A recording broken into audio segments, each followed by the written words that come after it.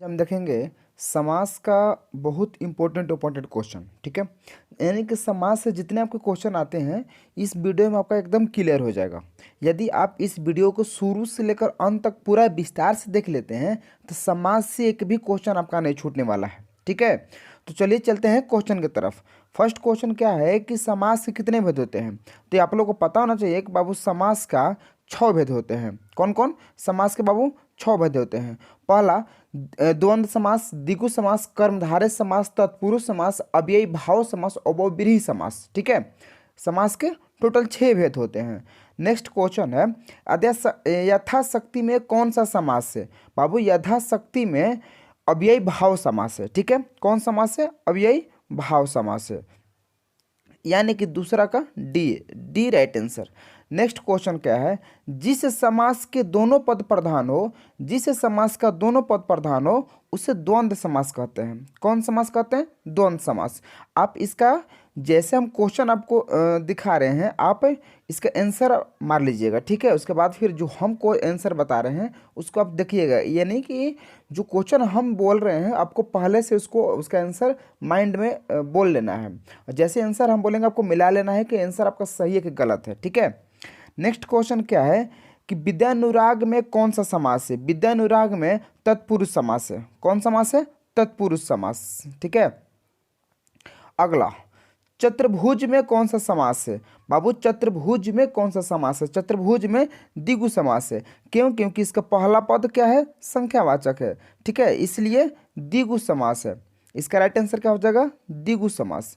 छठवां देशमुख में कौन सा समास है। देशमुख में तत्पुरुष समास है। कौन समास, तत्पुरुष समास।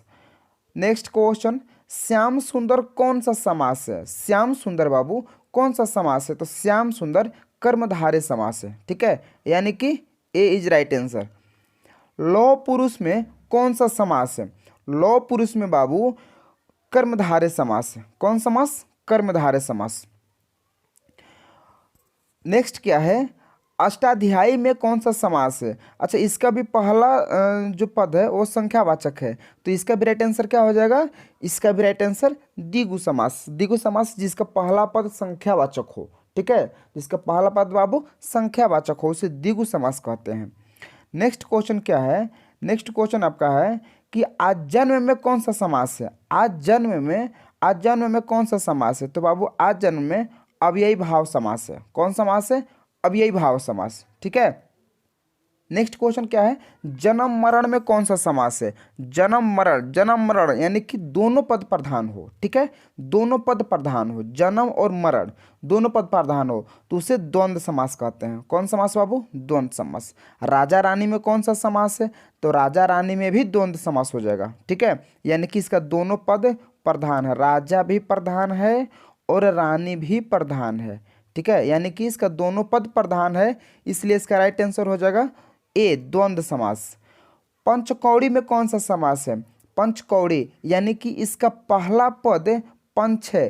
पंच मतलब कि 5 होता है, यानी कि इसका पहला पद संख्यावाचक है। यदि किसी भी समास का पहला पद जब संख्यावाचक होता है तब बाबू वो द्विगु समास कहलाता है। ठीक है, यानी कि द्विगु समास का पहला पद संख्यावाचक होता है। अगला क्वेश्चन क्या है, आजीवन में कौन सा समास है।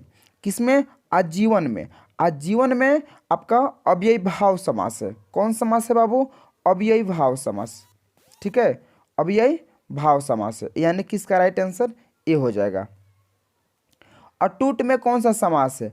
अटूट में कौन सा समास है, तो बाबू अटूट में नैया समास है। ठीक है, नैया समास है।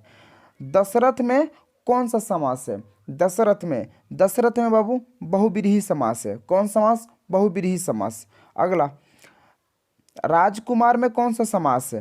राजकुमार में तत्पुरुष समास है। कौन समास, तत्पुरुष समास। ठीक है, अगला तिपाई में कौन सा समास है। तिपाई में द्विगु समास। ठीक है, कौन समास बाबू, द्विगु समास। तिपाई में आपका हो जाएगा द्विगु समास। ठीक है, नेक्स्ट क्या है, स्थिर में कौन सा समास है।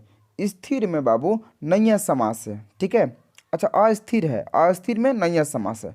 ठीक है, निम्नलिखित में द्वंद्व समास का उदाहरण क्या है। बाबू द्वंद्व समास का। द्वंद्व समास किसे कहते हैं? जिसका दोनों पद प्रधान हो। तो द्वंद्व समास का राइट आंसर क्या हो जाएगा? गुण दोष, यानी कि इसका दोनों पद प्रधान है। द्वंद्व समास का दोनों पद प्रधान होता है, गुण और दोष दोनों पद इसमें प्रधान है, इसलिए इसका राइट आंसर क्या हो जाएगा? ए हो जाएगा। ठीक है। निम्नलिखित में द्विगु समास का उदाहरण क्या है?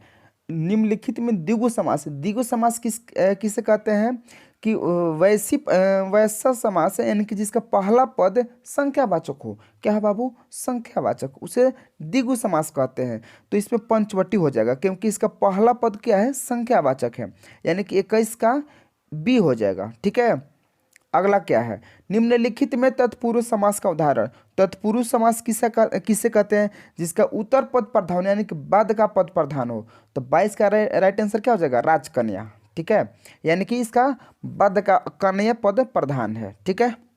अगला, निम्नलिखित में कर्मधारय समास का उदाहरण क्या है? तो कर्मधारय समास का उदाहरण बाबू हो जाएगा चंद्रमुखी। क्या हो जाएगा बाबू? चंद्रमुखी। पंचानन में कौन सा समास है? बाबू पंचानन में बहुव्रीहि समास है। कौन समास? बहुव्रीहि समास। अनंत में कौन सा समास है?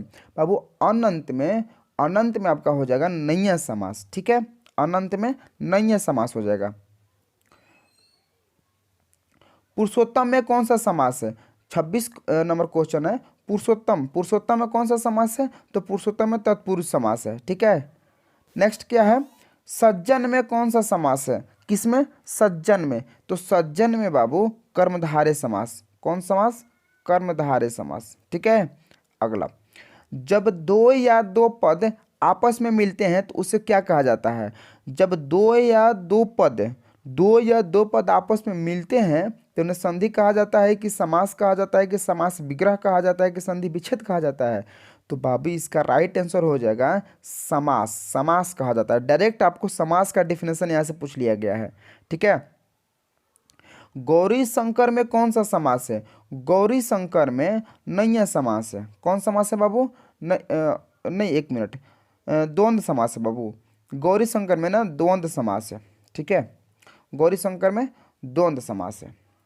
नेक्स्ट क्वेश्चन, अकाल पीड़ित में कौन सा समास है? अकाल पीड़ित में तत्पुरुष समास है। ठीक है, तत्पुरुष समास। तो ये आपका पूरा 30 क्वेश्चन था समास से। यदि आप इस वीडियो को शुरू से लेकर अंत तक देखे हैं तो आपको समास से एक भी क्वेश्चन एग्जाम में नहीं छूटने वाला है। ठीक है, बहुत इंपॉर्टेंट वीडियो आपका होने वाला है। ठीक है, तो ठीक है, इतना ही।